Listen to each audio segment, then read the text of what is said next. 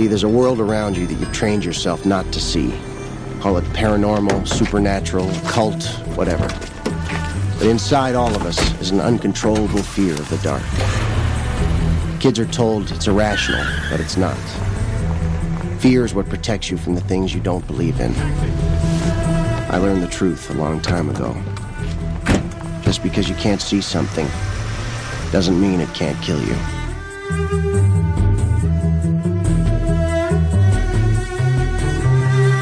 Welcome to Now Playing Podcast's Alone in the Dark retrospective series. My mommy says that there's nothing to be afraid of in the dark. Your mother's wrong, kid. Being afraid of the dark is what keeps most of us alive. Part of Now Playing's video game movie review series. My kind of mission. Good luck. Hosted by Arnie. Carrying enough baggage for the both of us, trust me. Justin. Well, he has intel we need. I trust him. And Stuart. After all these years, I'm immune to witchcraft crap. This podcast may contain detailed plot spoilers and harsh language. That information's classified. That means it's none of your fucking business. We've got this under control. Thank you. I don't need your help. Listener discretion is advised. I'm sure you had some idea how it might play out. Everyone has to die in the end.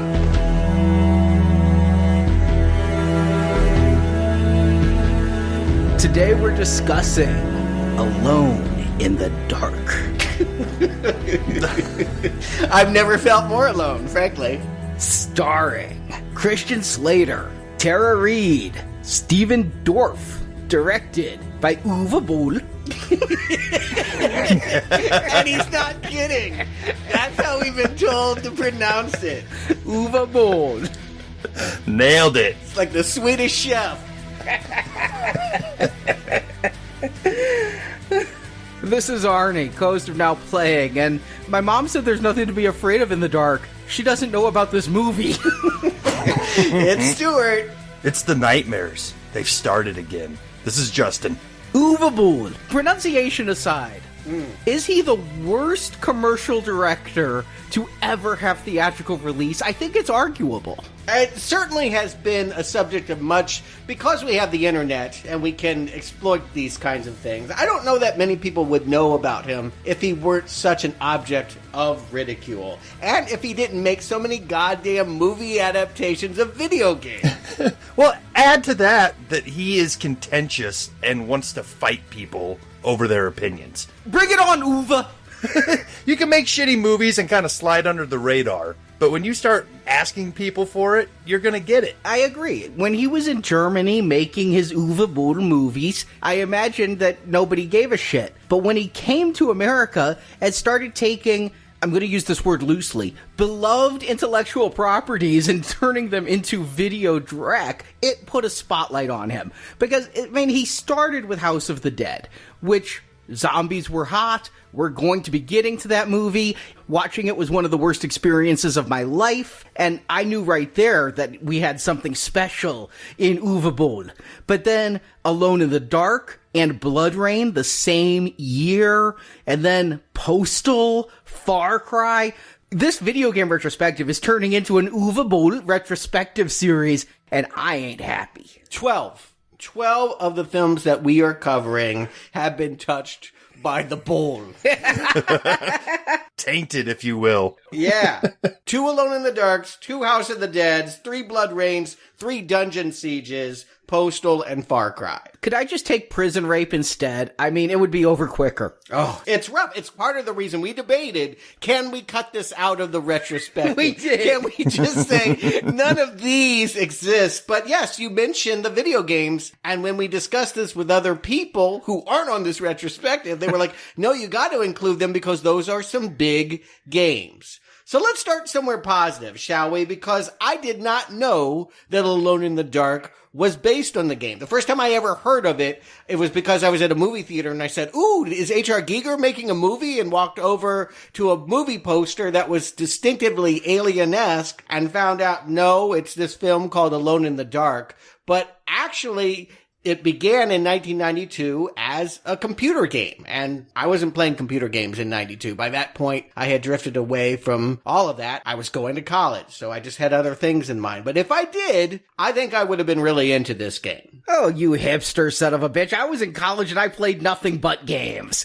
But as if, I was 18 and I had outgrown the games. I did not play video games when I was in college, ever. That was like the last thing I was doing. But I had Alone in the Dark back then. It was one of those games. In fact, I had all 3 Alone in the Dark games. They'd come together on one CD-ROM, but I never bought it. It was one of those games. Do you remember when DVD players were new and you'd buy a DVD player? They were kind of expensive, but to put some salva on the sting, they'd send you 5 DVD movies when you did a mail-in rebate. And one of those 5 movies was Always Lost in Space. I remember getting 5 CDs for a penny once. Is that comparable? You're saying this is like freeware.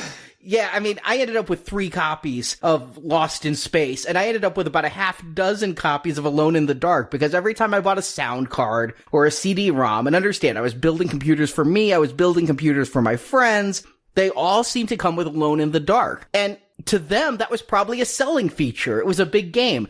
To me, it was actually a negative. If you're giving it away for free, how good could it be? And the name Alone in the Dark just made me think kiddie.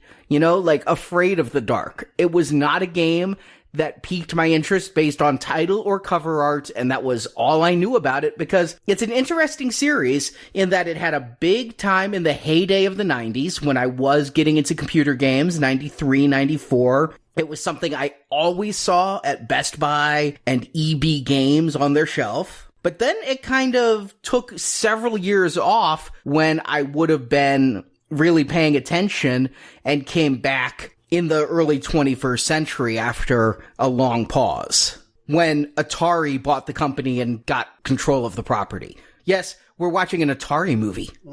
Hey. I've been blissfully unaware of this property altogether until this week. I'd never heard of the game. I'd never heard of these movies. And which is weird. I mean, we've covered some stuff in this series already where it's like, yeah, I mean, I never played the game. I may have not seen the movie previously, but I at least had heard of them. It's not like I was living under a rock. But I think, Arnie, you touched on something. The name Alone in the Dark. I think maybe if it even crossed my path, I probably thought, Nickelodeon show or Young Reader book or something at that point. Mm-hmm. Keep in mind, this is around the time Goosebumps was really big. Yes. You're thinking of Are You Afraid of the Dark? It was a kids' horror anthology series. Okay, that's exactly what I'm thinking of, yes. Yeah, not quite the same thing, but easily mistook. And by that point, yeah, we were in our 20s. We weren't going to be watching no Nickelodeon horror show. No, I was playing Phantasmagoria, where women's heads got splatted open on screen. I didn't want no kiddie ghost story. But this is a video game retrospective. I did go to GOG, which goodoldgames.com, where you can buy old games really cheap without any DRM, and I played and beat the first Alone in the Dark game. I got kind of into it. I'll admit it, I was wrong. I loved games like King's Quest, Police Quest, that sort of thing back then, and what this is like an evolutionary step between the orangutan that is King's Quest and the Homo sapien that is Resident Evil. This is one of those middle creatures. Yeah, I agree. You had loaned me all those games, and sadly they didn't really work for my computer, but I did watch walkthroughs. I played it for a little bit, but then I realized some of the functions weren't working. Like I could never shoot anything or pick up any objects, so I didn't get very far. Literally a walkthrough. The controls of the game are terrible. GOG gave me an instruction manual that I had to print out, and even then, I still had to hit some online wikis like, wait, I can run? How do I run? It is just, you have to hold down the space bar to use something, but then also use the arrow keys to aim and then to fire. the weirdest control scheme I have ever encountered. Yeah, it was horrible to play. And again, it wasn't working. I needed a patch or something, but the idea of it is great. It's exactly what I think of when you say a computer, like a PC game that I would have played in the 80s was, yeah, from that Sierra mold of King's Quest, Police Quest, Space Quest. The idea that you're going to just go and explore and pick things up in inventory, and it's kind of a puzzle. You'll get some humor and you'll get some sense of a world, but you're basically collecting objects and figuring out the right times to use them. And this one was even better because it's like based in H.P. Lovecraft horror. So I would have dug this game had I known about it when it came out in 92, 93. Yeah, I definitely thought it was more up your alley than mine. You were always more into Lovecraft than I was. This is trying to be a Lovecraft story. I mean, they name drop Cthulhu and Arkham, and it's even taking place in the 1920s. The thing I couldn't get past is the main character. I understand. Again, I've mentioned this before with the Resident Evil series. Evolution in technology is hard.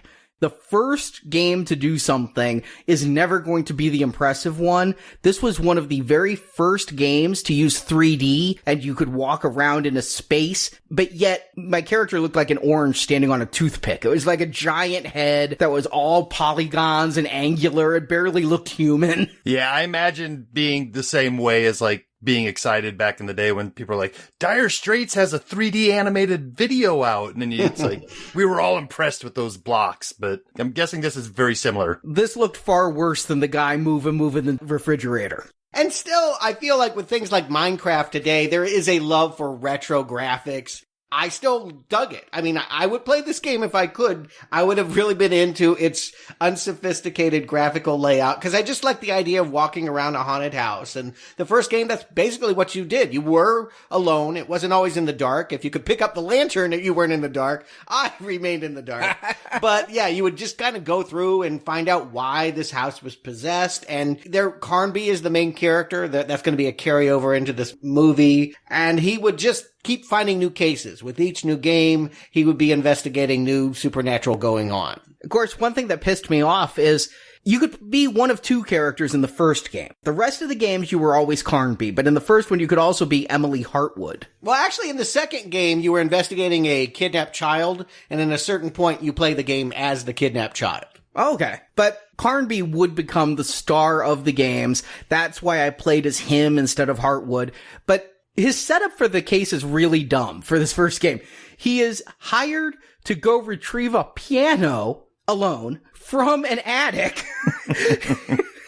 And he's sent in to a haunted house to get a piano. And when it's over, guess what? The piano never left the house. So I'm waiting. I sat there and watched like the end on the screen for 10 minutes waiting for him to show up to his client and be like, yeah, I didn't get that piano. But it really is, and I did some research into this because I didn't realize it, this is the beginning of Resident Evil. Resident Evil, the first game, really looked at this and then upped the sci-fi horror factor and upped the graphics, but it's the same game. You have limited ammo, you're in a house, you're walking room to room. It even goes so far as the escape from the house is going to take you underground to evil tunnels. In Resident Evil, it's Umbrella. Here, it's Cthulhu tunnels, but it's really the same thing. You pick up swords and guns and you fight creatures that pop in through windows, and this game even has what they call zombies.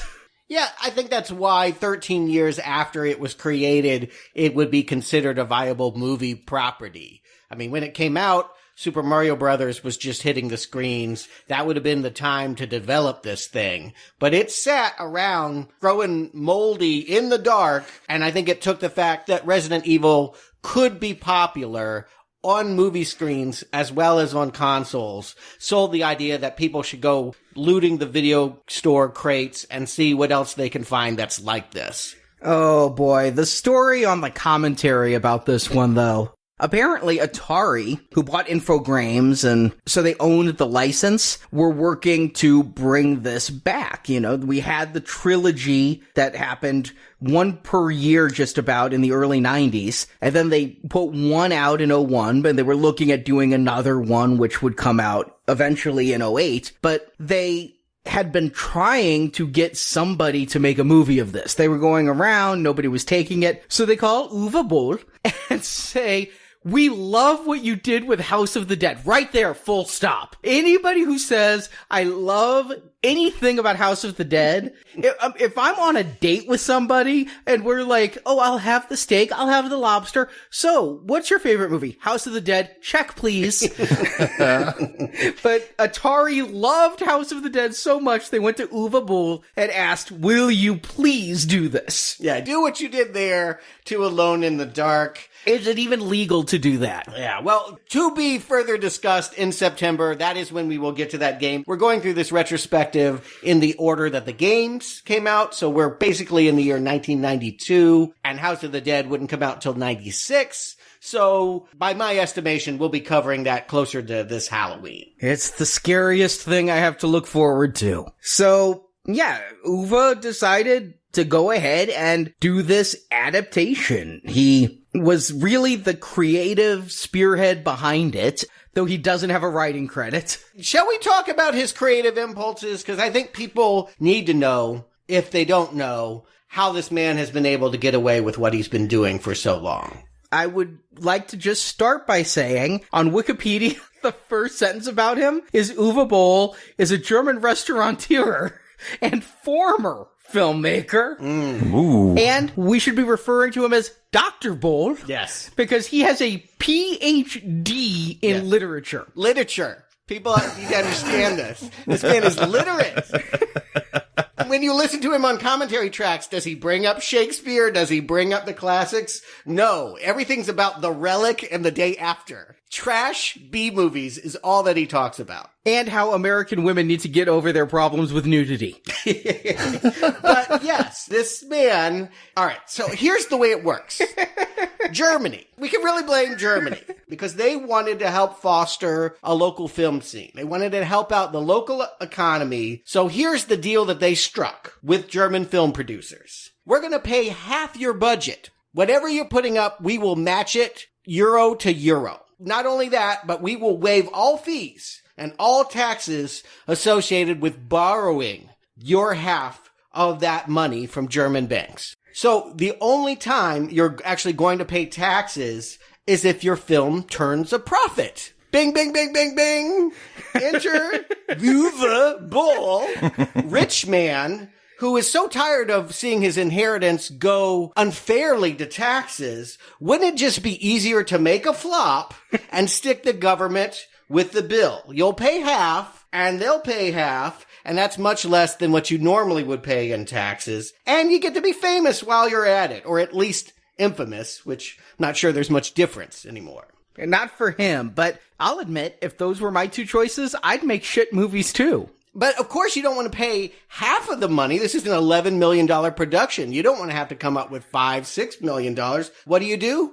Product placement. The reason why he does so many video game movies is because video game companies that are hard up to compete with the big boys want him and will pay him to take their properties so that they can use it as an ad for the latest installment of the game. Atari hit him up. They wanted to make their latest version of Alone in the Dark a hit, so what's better than having a commercial running in movie theaters to do that? The joke, of course, is that Alone in the Dark 5 wouldn't come out for 3 years after this film, so it didn't work. He actually beat them. They got caught up in developing the game, and it stalled, and he came out to plug a game that didn't exist. That is diabolical. That is like a James Bondian plot to inflict pain upon the world while making money. And admittedly, though, when listening to the commentary, this makes sense now, because he's like, that is an Alienware computer. I was given it for doing this movie, and it broke, so I sold it as a prop to this movie. Yes, if you're confused in parts of this movie why, like, we just have these random scenes of people walking in and out of buildings or just doing things that seem to not further the plot along, it's usually because they're holding products that were paid to be in the film. So again, this movie cost Boll, he made tons of money at the expense of Germans and foolish companies that thought that this would help their products. Hearing this about him is starting to connect a few dots from something in my past. The company that I worked for is a software company, and in the mid-2000s, we were dabbling in putting games out, and the developers who made Postal were knocking on our door begging us to be the publisher for their game Postal. Mm-hmm. And yeah, that marriage between them and Uwe Boll is making a lot of sense now, but I'm sure we'll talk about that when we get there. Oh yeah, this film is littered with it. I mean, the soundtrack. I want to point out, the soundtrack came out as a double album, 152 minutes of music. The movie's only 96 minutes long. How is this possible? Because they went to a fake record company that had all these people that pay to be on their label and said, it's like the Rebecca Blacks of speed metal, Friday. It's like, well, we'll get your gloom and doom people and we'll agree to put out their music as part of an Alone in the Dark soundtrack to cash in on this. Every opportunity here is not a creative choice, but an attempt to exploit someone and take their last dime. Yeah, when I got the DVD, this has never been released on Blu-ray. This was actually difficult to get. I had to order it used from Amazon, and then it didn't arrive in time, so Stuart had to race to the local used DVD store, fingers crossed that they had it. Plenty of copies. But it was not available from streaming or anything like that unless I purchased it from Comcast for $8. How much was the DVD? Less than $8. It was $3.33. I'll never get back. So looking at the bonus features, it's like music video, another music video, a third music video. I'm pretty open-minded when it comes to music, but this seriously was merely punishment. This is what I imagine the music that they play in the middle of the night at Guantanamo sounds like. It's kind of metal, but it's mostly shouting at me. I think there was some precedent at the time. I feel like half the songs are trying to be like that Evanescence song that was Bring Me to Life, whatever that was. But I like that song. Oh, you don't want to admit that. Yeah, I agree. But they're hoping that if you love that, you'll love Udo Rubla and her ripoff version. Again, all of these people are scam artists trying to prey upon things that are actually popular. Resident Evil, the movie and the game are popular. So here are a bunch of exhibitionists and exploiters to try and fool you into thinking this is the same thing. The movie got $20 million to be made. So I think Uwe put up $5 million because the original budget was $10 million. But then apparently once the script was turned in, maybe it was Concord Film Verleih, or maybe it was Lionsgate. Somebody came and gave him $10 million more at the 11th hour, which went all into visual effects. Oh. The movie is considered a huge bomb because it, I believe, worldwide grossed $11 million. But according to Uwe Boll, and now he's the maker, so he may be bullshitting, this actually made a giant profit in Germany, which explains why we're doing 2 weeks of this shit instead of 1. Oh, I'm sure it bought him a new DACA. I mean, but what's the upside for the people that invested, the German banks, the German film economy? I don't think everyone was rolling in the dough. I remember when the movie came out, I had gotten over my man crush on Christian Slater, but yet I was still keeping an eye on how he was doing. Yeah, he was doing weird projects. He played Winston Churchill. I'm like, this is when we say goodbye to like Brat Packers from the 80s, when Val Kilmer is Mark Twain and Christian Slater is Winston Churchill. It's just not working anymore. Goodbye.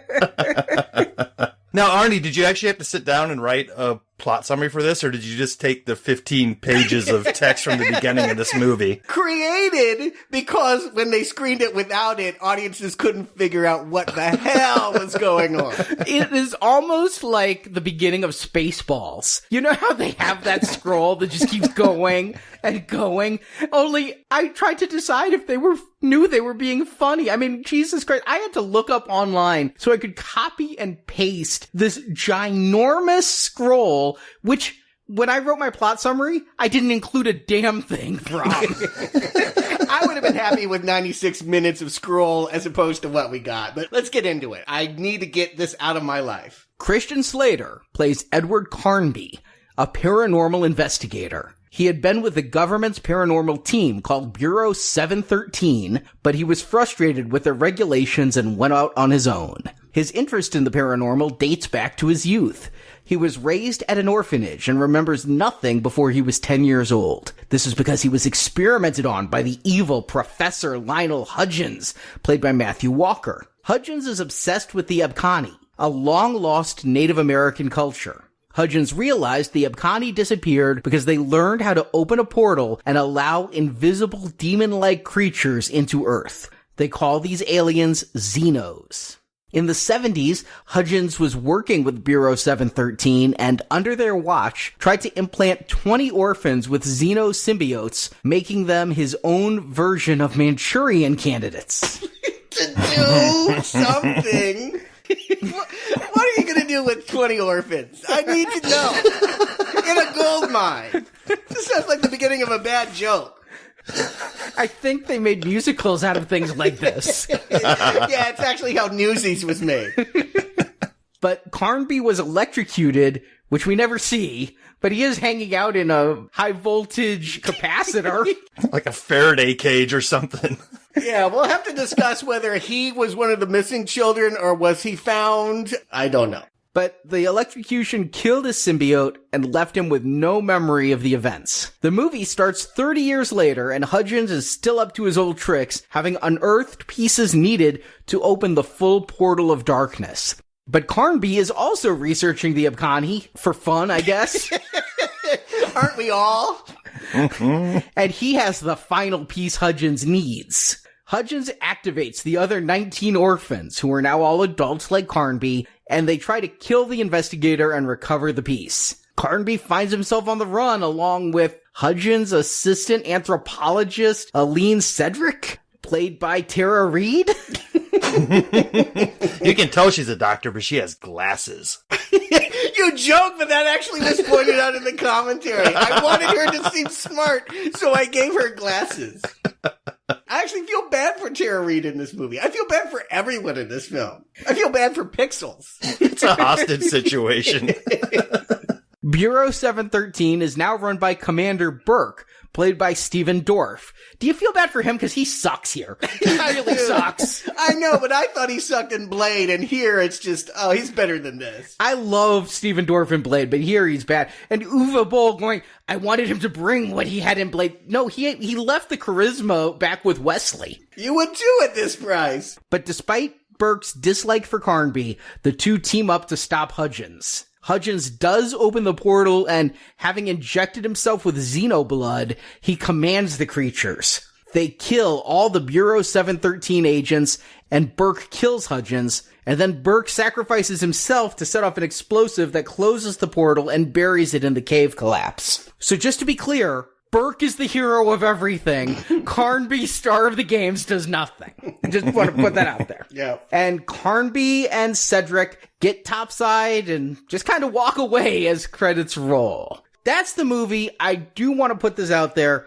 This has only a passing resemblance to the games. It was looking a lot at that 2001 game as far as setting, being modern times instead of being back in the 30s. Yeah, and Aileen is a character you can play in that game. Yeah, so they were looking at that, but there's also a lot of contradictions, so it's really just an adaptation of the 2001 game, but unlike, say, Mortal Kombat or even Wing Commander, it's not taking any of the stories. It's just trying to take the feel, kind of like, again, Resident Evil or Tomb Raider did. Take the characters from a game and give them a real-life story. I'm a blank slate when it comes to the game, so I don't have any baggage on me about what I'm looking for, any character names that I think have to be in here. I'm just ready to see a movie and see where it goes. What drew me to this was the association that the poster said was tied to Giger. I assumed you couldn't without getting sued. It's an x-ray of a chest cavity in which something that looks very clearly like a xenomorph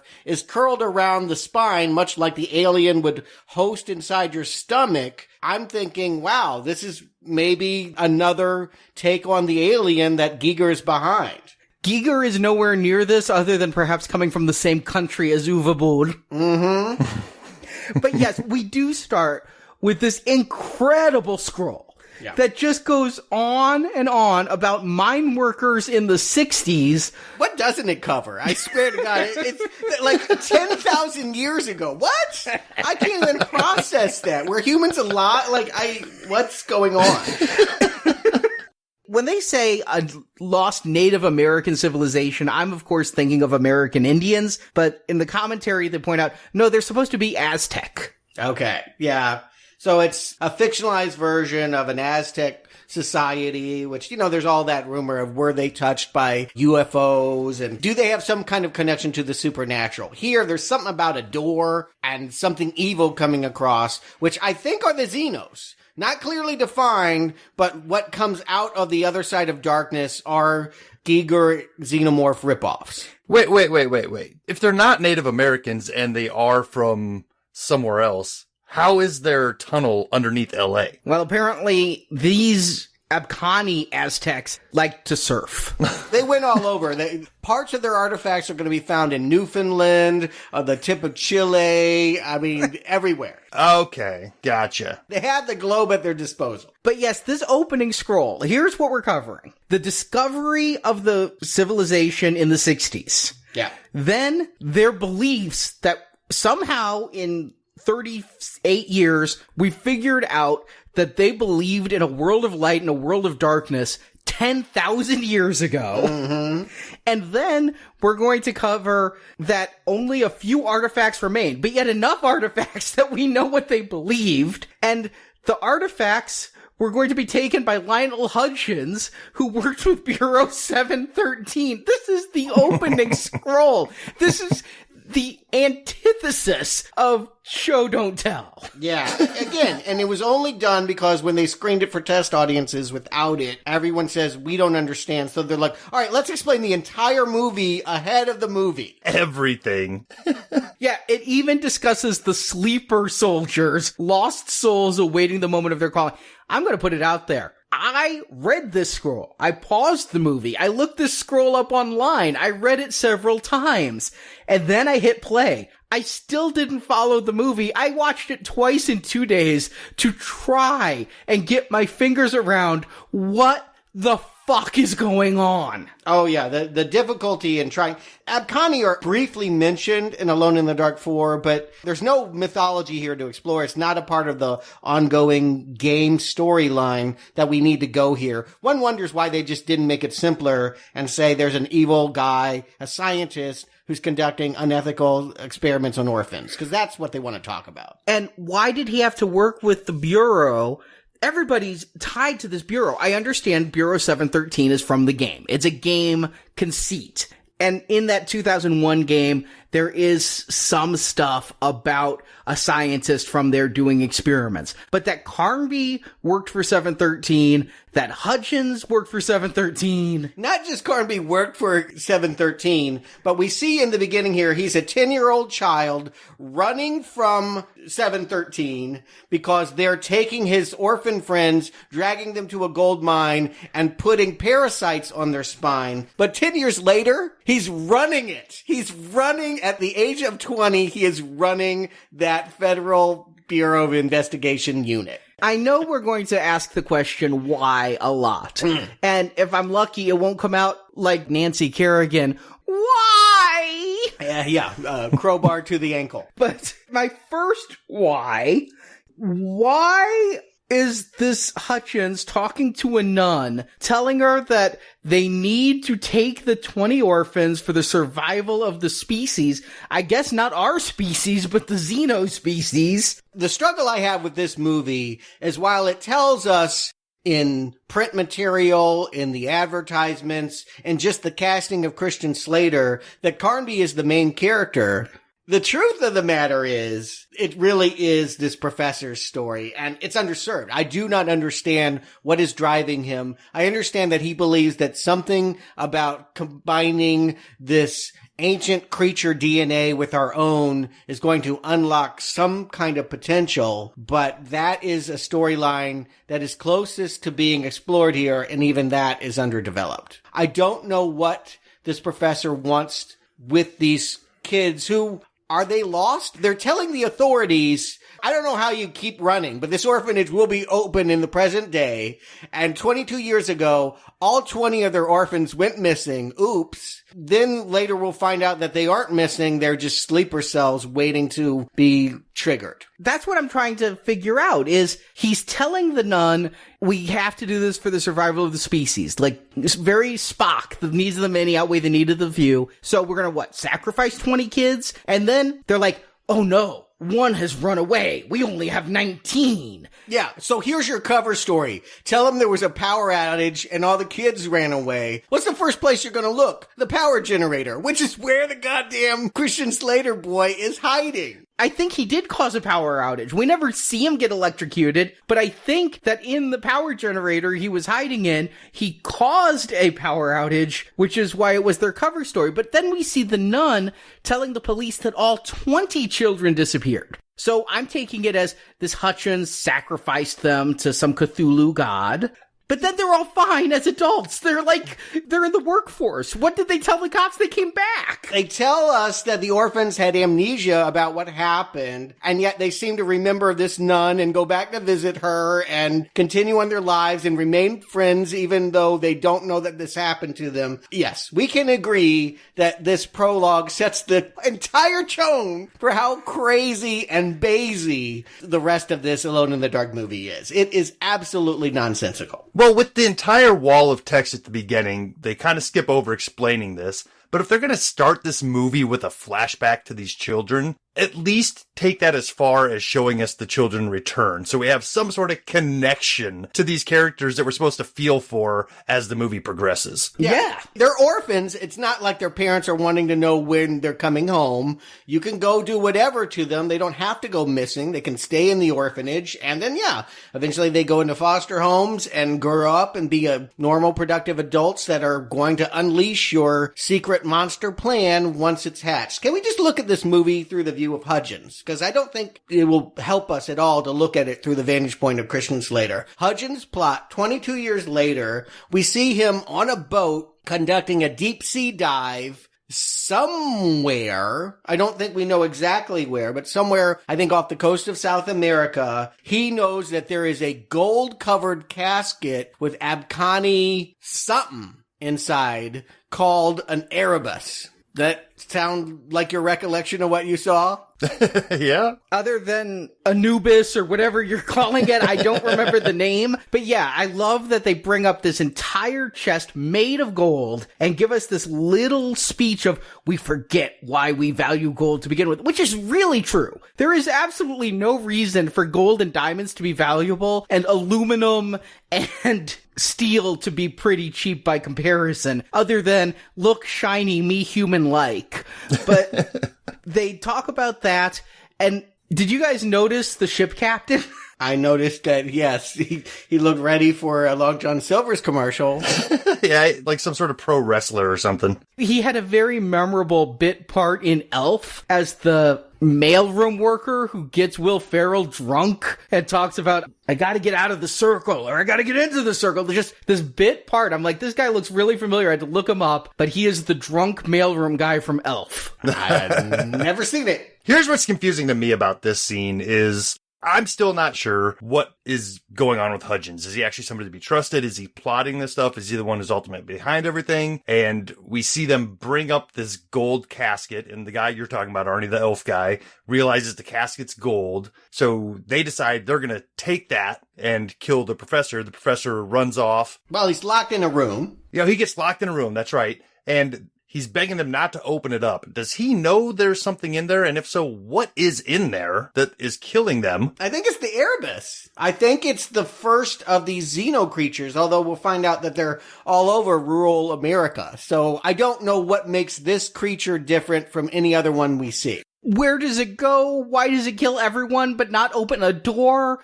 Every single crewman is on deck, except for Hudgens, who's below deck. And so everybody dies. How does the boat dock? Yeah, and again, it was lined with gold, where something about the fact that they're using gold mines was the Abkhani doing this to the Xenos back in the day. Is a gold a way of putting this monster into servitude or nulling its powers? Is it a way of fighting the creature to get gold in it? I'm trying to build a mythology here, but again, these why questions do not lead to definitive answers. What they do say is the Abkhani believed gold had the power to contain evil spirits. So as long as that was closed, the spirit was trapped. Yeah. But he doesn't even want this Erebus. He wants inside of it, like a Cracker Jack toy, there's like this tiny little rosebud thing. And if you collect them all, you put it together, it forms some doodad that's said it looks like a key. It don't look like a key to me, but it will be a key to open a locked door into a world of more Erebus Xeno creatures. And Hutchins knows exactly where this hidden lever is. He doesn't have to search or nothing. He reaches right into this never been opened before crate, pulls the secret lever. Somebody did some very good documentation on this. But it's also the thing that activates the device that Christian Slater's Carnaby has, which sets off the orphan children now grown up into heading off wherever they are. They just start walking away from whatever they're doing. One guy, who we find out later actually knows Carnaby pretty well, just gets up out of bed and walks away. One lady's doing dishes and walks out her front door with the water running. There's another guy working at a video store. Oh, the American dream. Who hasn't just thought about being at work or doing the dishes and just being like, fuck it, I'm leaving? Or how many people have watched this movie and thought about just saying, fuck it, I'm leaving? Yeah, you'll feel very alone in the dark if you see it in a movie theater, because most people will not sit and take something like this. So this was a part of the professor's plan then, that he wanted to find this device to kick off the sleeper cell activation. Let's talk about his relationship with specifically Edward Carnby, because he takes out a flip phone and calls up his personal assassin, James Pinkerton, and says, take Edward Carnby out because Christian Slater is riding back from a different part of South America to the city he lives in. I think it was shot in Vancouver. I don't know if this is supposed to be Vancouver. It's supposed to be LA. It is? Yeah, I think there's a placard at some point that tells us we're in LA. Oh, okay. It's definitely not LA. Looks nothing like LA, but we'll call it that. If that's what it is, we have to kill Christian Slater's orphan specifically because he was never turned into a sleeper. No, it's just because he has the piece. They want the piece, and he's also investigating the Abkhani. Listen, this guy's just the nexus, okay? He's investigating the Abkhani. He has the last piece of the puzzle, and he's Bureau 713's best person ever, and so he is also a threat. So let's just kill him, mug him, take the piece we need, and write him off. And he's potentially sensitive to this, too, because when the piece starts calling out, he has a migraine and falls down. I feel like you don't have to, go to the gun right away. Couldn't you call the guy and make him an offer? It's not like Christian Slater is above doing things for money. No, he did this movie. Yeah, exactly. I get the sense that his character is, a gumshoe for hire. If he's anything like the video game character, that all of his work is just to get paid, hence why he lives in an abandoned bank with just a couple artifacts lying around and a bed on the floor that he only sleeps on part of the time. I just don't know why you have to send a hitman to collect an artifact he'd probably hand over for a couple grand. I doubt that if he went to South America to get it and he knows there's something up here. We gotta believe, the movie never tells us, but we just have to believe Carnby's a good guy. He is on the side of the light. And that's why he's a paranormal investigator. And it's because he has this symbiote inside of him that he is so drawn to this vocation. And again, we didn't see it, but the prologue told us that the orphans had an experiment. That experiment, we're going to later have semi-confirmed,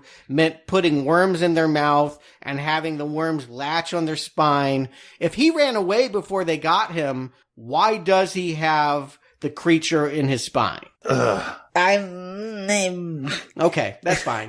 Don't hurt yourself. Really, it's the strain. I see the look on your face. It's not worth it. I'm just thinking Paramount Pictures should sue, because didn't Khan do this originally? Yeah, I was about to say, because everything in this movie is just one notch off of a trope we've seen in other movies before. Yeah.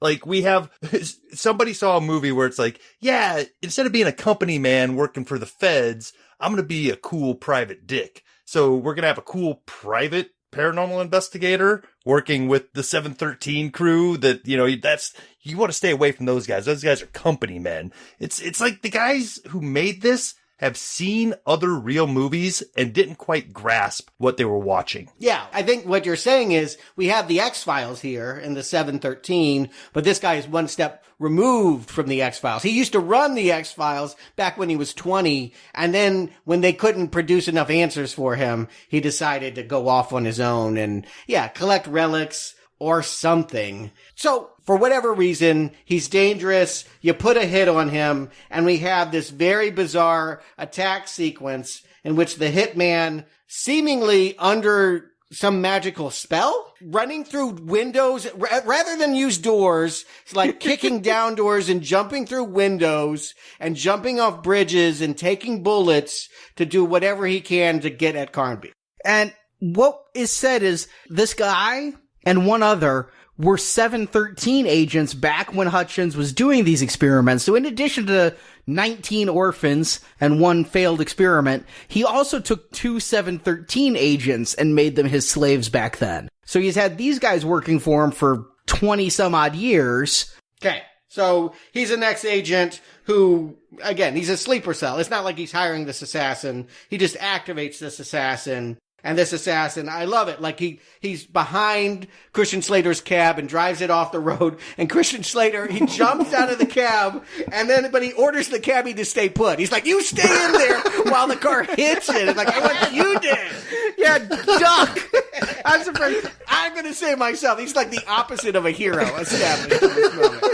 I thought the cabbie would be dead for sure, but we do get to see him kind of groaning and moving. And I love that cabbie. He's an actor I've really enjoyed in little bits. In terrible films, he was in, God help us, Leprechaun Origins and that Terry Gilliam movie, Tideland, and Freddy vs. Jason. He could do a lot more here. He should actually have the starring role. He'd be a lot more fun than Christian Slater is in this part. Christian Slater said he did this movie because he liked the quote-unquote complexity of the script. It is complex. We can't figure it out. We need a PhD in literature to understand this shit. It is true. The complexity of the script mixed with the fact that he is a green belt in karate and wanted to show off his skills. Hence why we cut to these amazing acrobatics of people that look kind of like Christian Slater doing flip kicks and what have you. He is very proud of his green belt with a brown stripe that he did some of these, but nothing in the world makes me think Christian Slater can give this kung fu kick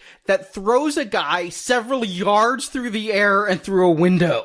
And here's the thing. I know there was an original screenwriter. Long before Mr. Boll came on board, there was someone else that had written a script that was much closer to the vibe you would have watching the game. It was just kind of noir. Maybe something more like Lord of Illusions.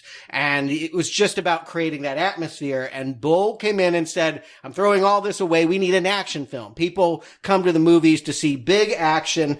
I don't think that's a bad instinct. I mean, I do think that that's kind of true, but you place action in moments that matter. We have a scene that in the commentary it's described it took them 3 months to set up this shot of a bullet time sequence in which we watch him fire a bullet. It goes through a block of ice and past all these people and hits this zombie. For what effect? It doesn't kill the zombie. The zombie doesn't matter. There's nothing about this moment that feels epic. Why would you pick this moment to spend 3 months to demonstrate an action scene that produces no result? It's the bullet that shows that guy is pretty unstoppable because it's so epic you think it would kill him. And second, this shot right here is so gorgeous. It is immediately moving this movie where it can never be an F. It can only be a D-. This movie has some nice visuals that were paid for $10 million. That is more than I can say for some of the movies we've reviewed.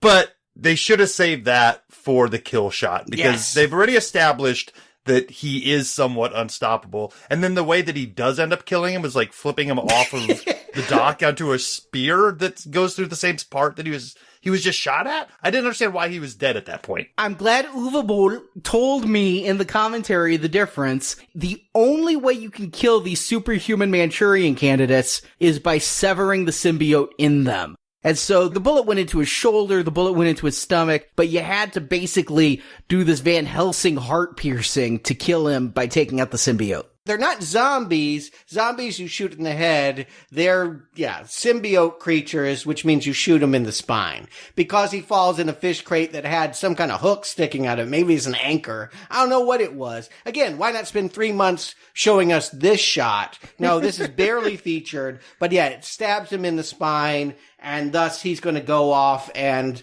Carnby's guy at the 713 that he still talks to is going to do an autopsy and prove that, hey, there's these worm-like things that are coiling around people in their innards and making them do stuff. Meanwhile, back to the real star of this movie, Professor Hudgens is also having an exhibition at some Vancouver, LA museum of Abkhani art. So all of these artifacts that he's secretly stealing around the world, he is also displaying in cases, and in charge of all these cases is Tara Reid? I think it's that security guard. That security guard is giving the delivery man a lecture on Abkhani culture and the displays. I'm like, wow, do you even hire grad students to be your security here? That guy knows his shit. Yeah. Boll was actually very complimentary about Tara Reid, but the one thing, he will fight back and push back against all the online criticism about Alone in the Dark, except for her. He will not defend Tara's performance. She was nominated for a Razzie for this movie because it's absolutely absurd to think of this starlet as a scientist, archaeologist, museum curator who is proficient in all of these details about a 10,000-year-old Native American culture. She is not going to pull it off here. It is her first action movie, and Boll says that she should probably, quote, stick to romantic comedies. Yeah, that was harsh. I have never heard on a commentary a director rip apart his leading lady the way Uwe Boll does to Tara Reid. If I was Tara Reid, maybe Tara Reid was an absolute nightmare on set. This was near the peak of her fame, maybe just on the start of the decline. I mean, the peak of her fame was American Pie, and that was 4 years ago. But she was too good to be much in American Pie 2 and way too good to do American Pie 3, so I have a soft spot in my heart for Tara Reid ever since I met her at a con and she high-fived me and called me legit and just, made my day, so... You feel legitimized by Tara Reid? Well, she told me I was legit. Oh, I'll leave it at that. But I agree. I've never seen a director say, oh, my star was so great, as he throws them under the bus and says maybe they should stick to romantic comedies. She is better than Denise Richards in The World Is Not Enough. Yes. So I agree with that. She's not the worst starlet. I mean, yes, it's a dumb role, but in the context of a very stupid movie, she's hardly the most laughable thing about it. In fact, she's quite boring in this film. But at the American Pie reunion, I still think Mina Suvari got it worse with Day of the Dead. Yeah, I'll back you on that. Razzie nominated though she might be, I think she rightly lost to Jenny McCarthy. Stiff competition. She deserves something better than this. Everyone here deserves something better than, she spends most of the movie cataloging artifacts at a computer and wearing those glasses. And we find out that, yes, Christian Slater used to have a thing with her and has come back into her life, and they're there to witness that security guard getting killed. And if you get to see the hot love scene between the two of them, you watch the unrated version. Oh, okay. But the unrated version still doesn't have the black bra coming off, because I know Mr. Boll was very angry that Tara Reid gives it away for free in paparazzi photos. She was the one hanging out with all the other starlets, letting the wardrobe malfunction like Janet Jackson every time on the red carpet. And she would do that for free to, promote herself at a red carpet. But for this film, she absolutely refused to do nudity. Every time you guys bring something up more about Tara Reid and her relationship with Uwe Boll, it sounds like he just wanted to get her in the sack and she turned him down. Yes, doesn't it really do sound like that? Exactly. That's exactly what I was feeling about this. Or at least naked. And he said agents and managers get involved. Maybe he tried to, you hear about that on set. The director allows the no nudity clause, but then goes, it's so important for your character's development. Yeah. And tries to pressure that. Maybe she just was like, I've had enough of this German freak. He's being a lech. I've dealt with Harvey Weinstein. Manager, agent, get him away from me. This would not help her character to be nude in this way. She is an object as much as any of these Abkhani artifacts. She has no other role in this film. She doesn't even get to be badass. She says she fired a gun. I saw her do one shot. And it was barely on camera. She is not the focus. She is not the star. She is the trophy waiting for Christian Slater at the end of this film, who, again, what is he doing at this time? He's calling around, even though, despite his amnesia, he still remembers the nun. He's calling up old friends at 713. He's trying to understand if there is a connection between all of these orphans suddenly walking away from their lives and a 10,000-year-old Aztecian curse. The movie does try to help us out a little bit here. He gets a call from one of his buddies from the orphanage's wife, letting him know that her husband had walked out in the middle of the night. And so he goes and visits her and just has a really awkward exposition for a little bit. And I guess that's all just to show us that, yes, this is the same guy. These are the orphans. There's some connective tissue here that's at least attempting to fill us in on what we're seeing on screen here. Yeah, and again, there's also shots of him getting in and out of VWs and product placement galore. That a lot of these shots were included because it was to the financial benefit of this production that they be shown, and not because they tell us anything new. I feel like all of his investigations, he's trying to play catch up with what we already know. And what I want to know is why Hudgens, well, first of all, how did he get this Erebus behind a iron door, and why is he extracting its blood and injecting it into his own body? I'm still stumped at why he hired Tara Reid. But I love it. Like, he's sending packages back to her and then calling her up and chewing her out for opening them. I presume she's worked for him for a while.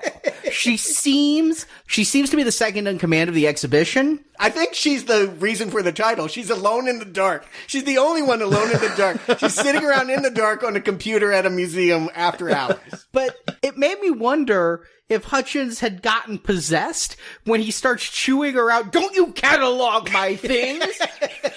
Like, she would know that. And she's acting like, well, why is he acting so strange? So I thought for sure he had a Xeno in him, but no, he's just a dick? I guess. Well, he's injecting Xeno blood. I mean, I think if I'm going to extract from what's probably the coolest shot in the movie, at the end, he stands at the top of a hill and commands a swarm of Xenos to descend upon a gold mine. I think that the more that he injects this blood, the more he is able to corral, wrangle, and manipulate the Xeno creatures into doing his will. Second best shot. I still like that bullet more.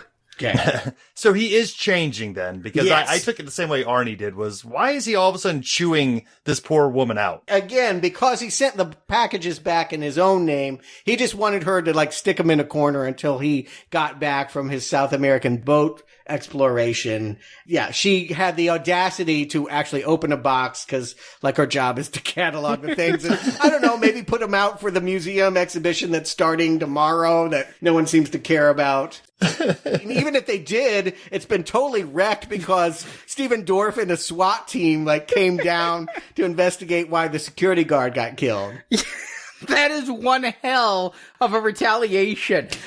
Security guard got killed. We're going to bring people down through the ceiling. Everybody's armed with an M16. Nobody likes to use doors in this movie. I'm telling you, it's they could have easily just walked through and created no mess. Nope, that's no fun in that. This is the first time we actually get to see anything that may resemble what Stuart saw on the poster, which is somewhat of a H.R. Giger-inspired alien type of dog. Somewhat. In what way isn't it? Yeah, I mean, it's definitely a cheap knockoff. It's somebody trying their best to knock off the aliens. Although Boll claims that he didn't realize he was channeling aliens at all. He was like, oh, it didn't occur to me at the time. I just am glad he explained to me that sometimes these Xenos can be invisible, and sometimes they decide to show off, I guess.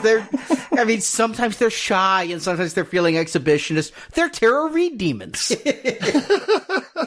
Yeah, that made no sense. Like, everybody's firing at these things that are sometimes disappearing in mists of smoke and not necessarily fully manifesting. I'm not even sure what the threat is at this point. If we're to believe this 713 unit and Stephen Dorff and his friend Fisher, these things that were already at large in the American rural population, if you went out to farm country, they're like coyotes tearing up the background, but they've never gone to populated areas. Not that this museum's very populated. This is the first time they've been in a city. Does that have anything to do with this professor unlocking the Erebus and getting that creature? It doesn't seem to be that he commanded them to come here, but maybe that was a thought in one of the screenwriters' minds. Hardly matters.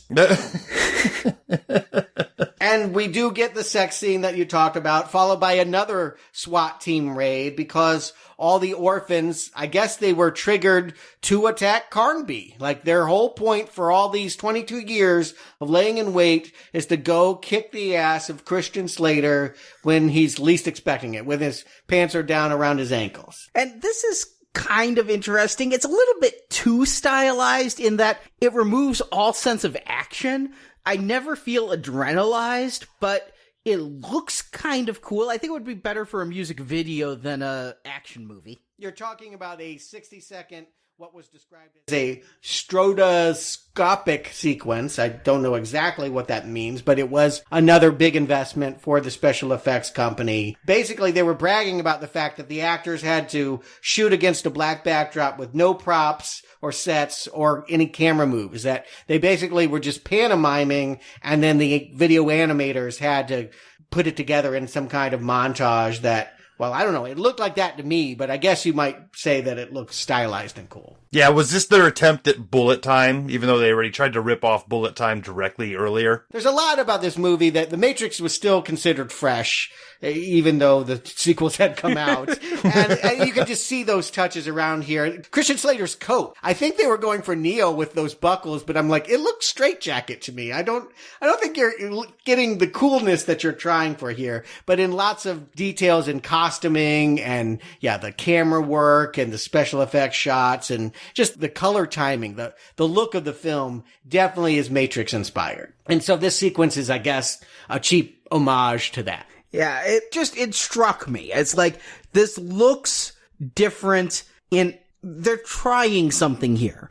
You know, I'm not gonna have that many compliments for Uwe Boll, but the fact that he attempted to do something we'd not seen before, the fact that he took the 10 million and pumped it into stuff like this, I mean, maybe he should have pumped a little of it into some better actors, but maybe contracts were signed. But I give him props for the attempt. It's a noble failure, this shot. Okay. And there are stuff on the cutting room floor. We spent a lot of time with, there's so many grunts here. There's like 12 713 agents milling about in the dark.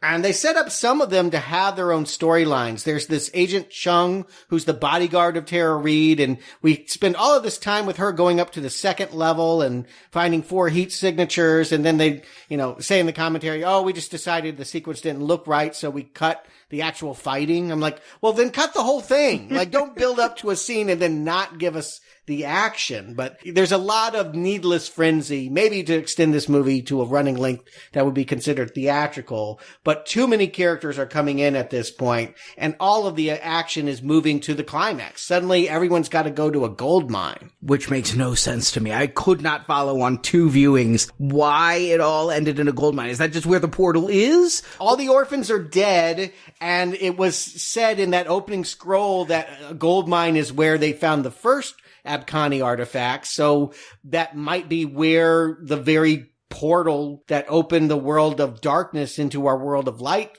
is. Well, yeah, when we get there, we see that they've set up a lab directly outside of the portal there. And if we spend too much time on these two grunts, Miles and Feenstra, like he's put in charge of the perimeter, and we have all of this fumbling around with these two bozos. It's because they're the stars of House of the Dead, and Mr. Boole really liked them and wanted to give them another big part in his movie. He thought fans of House of the Dead might enjoy seeing them again in this way. Very considerate of him. I wondered why they had such a focus, but I knew they were dead. I mean, just the fact that these two people come out of nowhere and get so much screen time, it's almost like a vignette of death. Yeah, it definitely felt like there was more, like Stuart was saying, about these people cut from earlier in the film, and we're catching up here at the end with what they decided to leave in. Yeah, it feels like they realized if they cut all of the superfluous stuff out, it wouldn't be long enough to be 90 minutes. And so they just had to leave stuff that just does not push the plot forward. There is a plot. It has something to do with Hudgens wanting to get to this doorway, and he has that cool shot I mentioned where he's imitating the tall man and making all these creatures eat the perimeter guards so he can then go down into the mine. After Aileen and Burke and Christian Slater have all gone to the doorway, he's there behind them to cackle, "I have the final piece to the artifact key, and I can now open the door to the homeworld of these Xenos." And I just had to do a double take because he opens the door, not unexpected in a horror movie that you're going to let the demons in, but that Steven Dorff gets the kill immediately by throwing a knife. That's how you're going to take out your big bad, is a quick knife throw from this douchebag. I mean, he has been a dick this entire movie. As I take it, he used to work for Carnby, and now he hates Carnby because Carnby left 713. He chewed out the scientist for talking to Carnby, and he gets the big kill. Yeah, it's interesting to have Christian Slater and Steven Dorff in the same movie, because I think they're the same thing, if you know what I mean. They have the same star quality of kind of like a grumpy, irascible, older than their years quality. Maybe they don't like each other because they both probably could have been Carnby. You do one or the other. You don't put both side by side. Yeah, I think they have the same hair plug doctor too. So they're constantly in competition with one another in real life. And I suppose we should mention the other fight sequence going on during all of this was, remember Christian Slater's contact Fish was the one that did the autopsy. The professor found the time to break into his home, feed him a worm so that he could blow the generator. I guess they just needed people to be alone in the dark. They just need to literalize the title. See, this is now, we're in the dark. It's the climax. This is why it's exciting and not that it's underlit and underfunded. Yeah, he murders his wife too, just in case there was any question up to this point whether or not Hudgens was a bad guy or not. I don't know. But, you know, I'm always a sucker for a matte painting, and there is something a little cool about staring into this abyss and seeing these, what looks like giant pillars that are really nests, that they're just full of like wasp nest kind of quality of all these little creatures. Again, it's very xenomorph. If you've seen any of the Alien comics, they've explored the alien homeworld and it looks identical to this. And, you know, so they brought one of those comic book panels to life here for a few brief seconds, and then Steven Dorff decides to throw a bomb in. And for some reason, the bomb's detonator is getting bad signal. It's like, can you blow me up now? And so he has to run back and sacrifice himself. Is it that he was such a big asshole that we just want him dead? Or yeah, I mean, it would be confusing to have two guys and one girl at the end. You wouldn't know what to do with that. I think it's funny that I might know. Well, I mean, yeah, I mean, certainly you could go that way, but it would be unexpected for this movie, I think. Just as them emerging from the ground at the orphanage is unexpected, considering those storm doors did not exist in any previous shot of the orphanage, but the aliens were under the orphanage all along. I guess that brings it all together. Sure. I know there was an alternative ending that they decided not to use. And I know that Mr. Uwe Boll is very angry that he used the quote-unquote poetic ending in this film, and it was received so poorly. Is it poetry? Or is it just confusing that all of mankind has now disappeared? Both. Neither? I don't know. I thought it was just in this town, though. Like, Well, there's an intertitle that says Vancouver's been evacuated, but I think we're supposed to think that it's a rapture. Like, the Abkhani disappeared from the globe because they opened this portal, and Christian Slater says as much in voiceover. So now humans are gone. The only two humans left, the future of the human race, is Tara Reid and Christian Slater. all right, that's not what I got from this. They go in and check on the nun. The nun didn't disappear. She killed herself out of guilt for the whole orphan thing. Yeah, 22 years too late. Yeah, why now? But I didn't take it that all humans were gone. I thought this was, I mean, the Abkhani got sucked into the portal, but it didn't take out the Africans, you know, it didn't even take out the Pawnee Indians, you know, it just took out the Abkhani. I think humanity will survive beyond this Adam and Eve.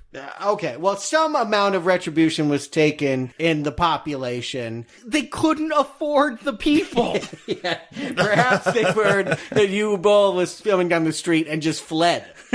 A natural reaction. But they got to end with the stinger. While the humans may be gone, the Xenos are not, and something is creeping up on Slater and perhaps eating him. I mean, a thread I'm sure they'll pick up directly in part 2, right? I can't believe there's a sequel. I can't believe I have to watch it. I had seen this movie before. Arnie, you and I, for some reason, I cannot remember. I think because of my love of Alien and my hatred for House of the Dead. And my enjoyment of Christian Slater. Yes. It forced us to, one time when I was home from LA, we sat down and watched this film, and I swore I'd never do it again. I'm shocked that I had to do it for this podcast. I'm horrified that we have to go beyond and see a sequel. And I'm just glad, though, that Uwe cut out the scene he left in, which was going to be of Steven Dorff rolling around and groaning so that he could come back for the sequel too. They decided that was too unbelievable. Oh. That's the line. Yeah. All these cutscenes, did I miss something? At one point they made a pretty big deal of handing Carnby this magic glowy bullet. Does that ever come back? Does that ever get used? Is that ever a thing? All the bullets they ever fire are that bullet, because alone in the dark, the creatures exist in the dark. They say that sunlight could kill them, so they have these phosphorus bullets and super mag lights that will provide the things that can hurt them. Bullets themselves, if you just had Glock, you wouldn't hurt them. It's the special bullets that do it. Yeah, I don't know how you capture a ray of sunlight in a bullet, but yeah, that's what we're meant to believe. So are all the soldiers firing throughout the finale here? Are they firing regular bullets that they're not having any effect? Because, I mean, it feels like there's a half hour of them just shooting at these creatures and not killing a damn one. Must have been a cloudy day. Solar-powered bullets. Who would have thought that didn't work? Best not to think too much on this. So, Justin Stewart, do you recommend Alone in the Dark? Justin. This is my first foray into the work of Uwe Boll. I've never been to one of his movies before. I've never had that gross infatuation with seeing what some of the anti-hype is. And so I really didn't know what to expect. I knew his ego kind of preceded him. And what we get here is just kind of a disappointing sci-fi original type of movie. You know, and I mean sci-fi channel. You know, like schlocky movies can be fun. You know, the original Sharknado was kind of fun, and then they did it to death. This doesn't have any of that. This isn't aware that it's a schlocky movie. It's trying to be a real big budget movie. And I think what frustrates me the most about it is there's just no consistency. There's no consistency in tone. There's no consistency in the soundtrack or the score. There's no consistency from scene to scene in the way it's shot or the style and the action. It's just little bits from here, little bits from there, all thrown into a blender, and let's see what comes out at the end. So it wasn't even fun to watch. It was just confusing and ended up giving me a headache. So yeah, I'm glad to be out of Alone in the Dark for now, but we'll be back for part 2, I guess, and see how that goes. So not recommend, in case that wasn't clear. Thank you for clarifying that. Stuart. Yeah, I'm going to second Justin on that. This movie is not fun. One would think if you're making one of the worst movies of all time, as this is often billed as, that you're going to be in for brown arrows and laughs, that this is the new Ed Wood here. But the thing you got to remember about Ed Wood is he had passion. he believed in what he was doing, and that's what makes it perverse, is that he was trying to make a statement about, who knows what, cross-dressing or space aliens, but there was something behind it that was earnest, and it's that earnestness that makes them sweet and fun to watch. And here, this is a cash grab. I mean, I feel really dirty helping a rich man stay rich by watching this awful film and him feeding everything from garbage CGI to Tara Reid into the grist mill. It's just gross to support a filmmaker this bad.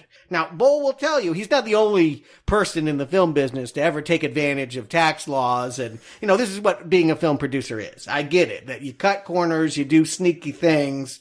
The Bourne films, he pointed out, did the same thing. They got these German tax breaks. So I guess that's the important distinction, is that don't hate Boll because he's a con man. Hate him because he's a notoriously bad storyteller. That he could have made a Bourne film or anything with his 11 million and wound up with something this incoherent. It's just outrageous. I mean, he would like to write off all the hate online as just finicky gamers mad that he didn't stay true to the game they love playing. But truly, they're pissed to have spent so much time alone in the dark with someone that didn't want to play any game at all. This is incompetence on screen that we must adore again and again and again. It's a strong not recommend, and I predict it won't be my last for Mr. Uwe Boll. This movie's terrible. And it's not even, like you said, funny terrible. I wasn't able to have my glee in horrible performances.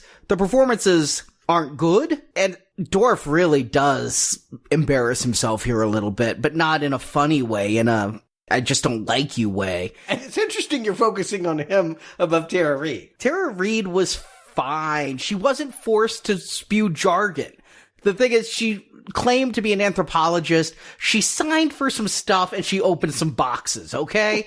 She did not ever go out of her depth. If she had tried to start reading hieroglyphs and then telling us about the Abkhani, I might have a different viewpoint. But here, she was arm candy, and she was fine. Yeah, she did look like a typical Hollywood assistant, just doing what their yelling boss tells them to do.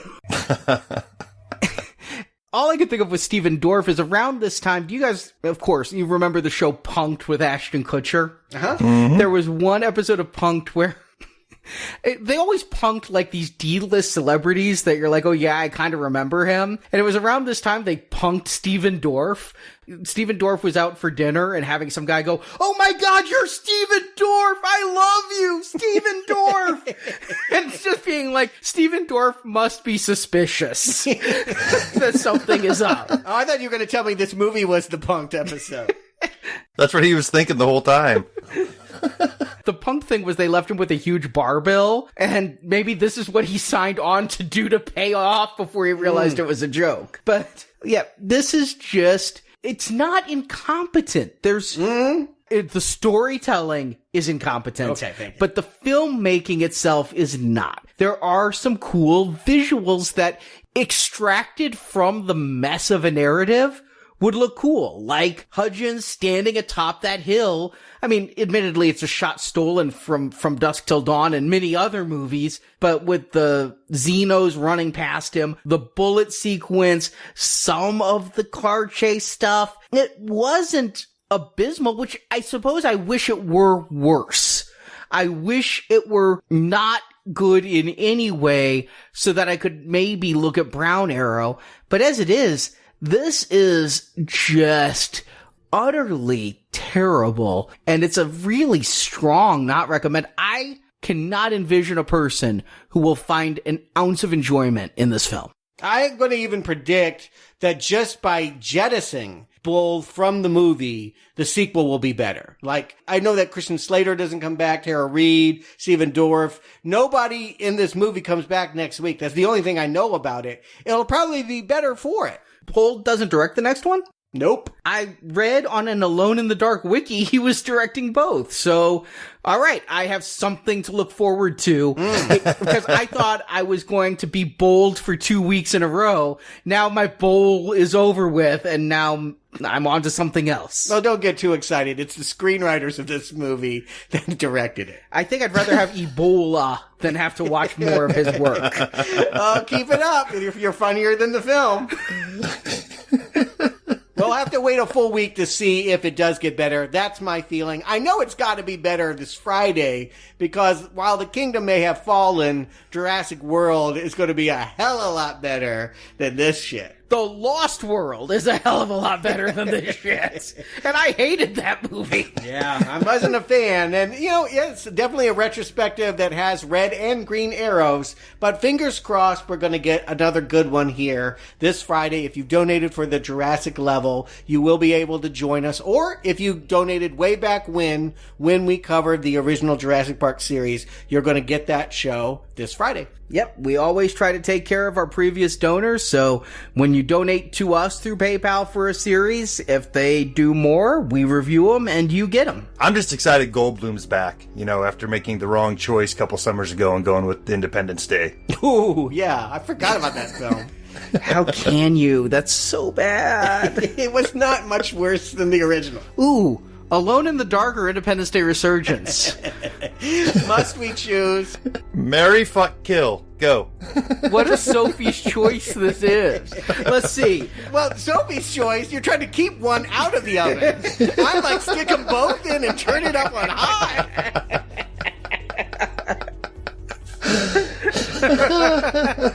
This is like Taster's Choice. But yes, Jurassic World is Friday.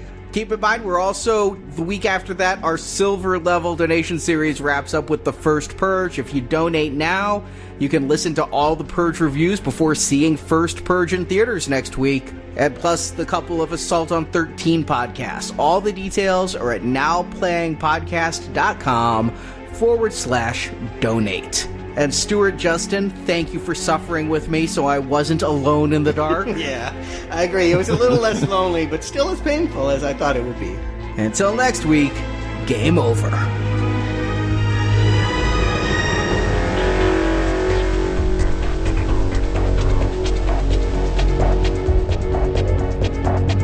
Burn it!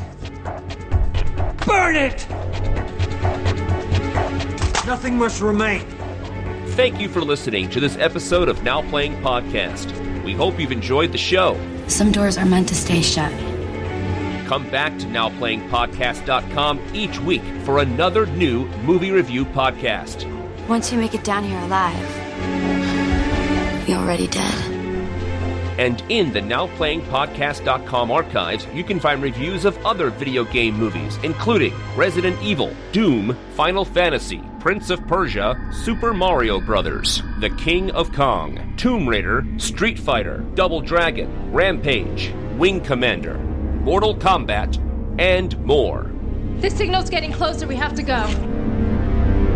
Also at our site, you can find hundreds of other movie reviews, including Star Wars, A Nightmare on Elm Street, Independence Day, the Avengers films, Back to the Future, Batman, Superman, The Fast and the Furious, and more. The answers I've been looking for my whole life could be on the other side of this thing. Do you want to continue? Insert money now to keep playing Now Playing. Now give it to me! Give it to me! Just give it to him. There's been enough killing today. Now Playing Podcast is a show without any sponsors or ads. We rely on support from listeners like you to keep Now Playing operating. It's your responsibility now. Just you.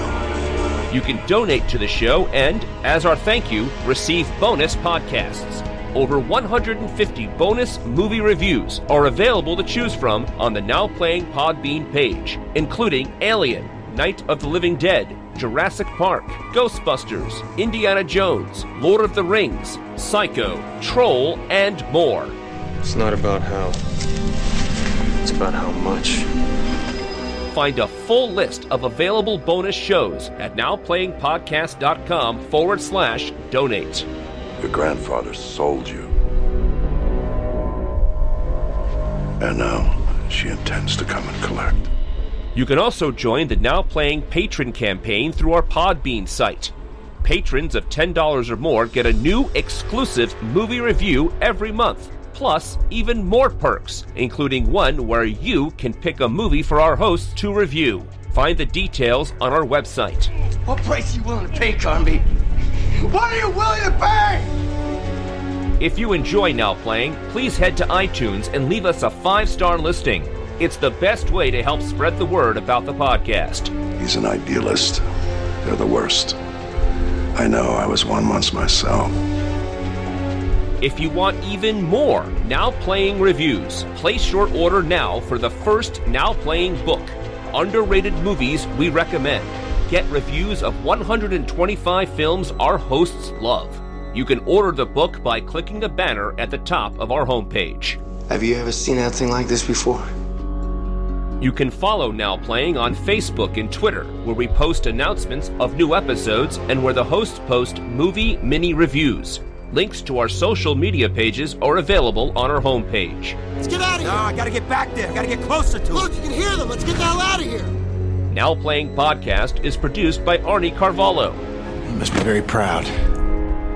Now Playing's video game retrospective series is edited by Heath and Arnie. Let me look at you. You've been getting enough sleep? Now Playing credits read by Brock. Give me one reason why I should ever even speak to you again. The opinions expressed on Now Playing are those of the individual hosts and may not reflect the opinion of Venganza Media Incorporated. The list of people I trust is short. I won't make it any shorter. Venganza Media Incorporated is not affiliated with the motion pictures reviewed or otherwise referred to herein. All movie clips and music included in this podcast are the intellectual property of their respective copyright holders. They are included here for the purpose of review and no infringement is intended. You're putting us all in danger. No matter what you do, the witch will come for you. Now Playing Podcast is an exclusive trademark of Venganza Media Incorporated and may not be used without the express written permission of Venganza Media Incorporated. All rights reserved. Now you can either work with us, or you'll end up a dead man. Now Playing is a Venganza Media production, copyright 2018, all rights reserved, and no part of this show may be reproduced, repurposed, or redistributed without the written permission of Venganza Media Incorporated. You should know, someone always has to die. But it's not gonna be me!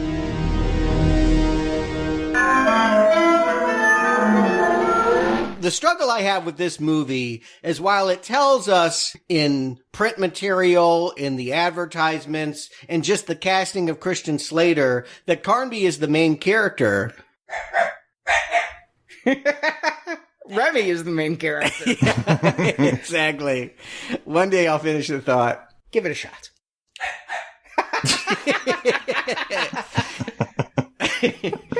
The truth of the matter is...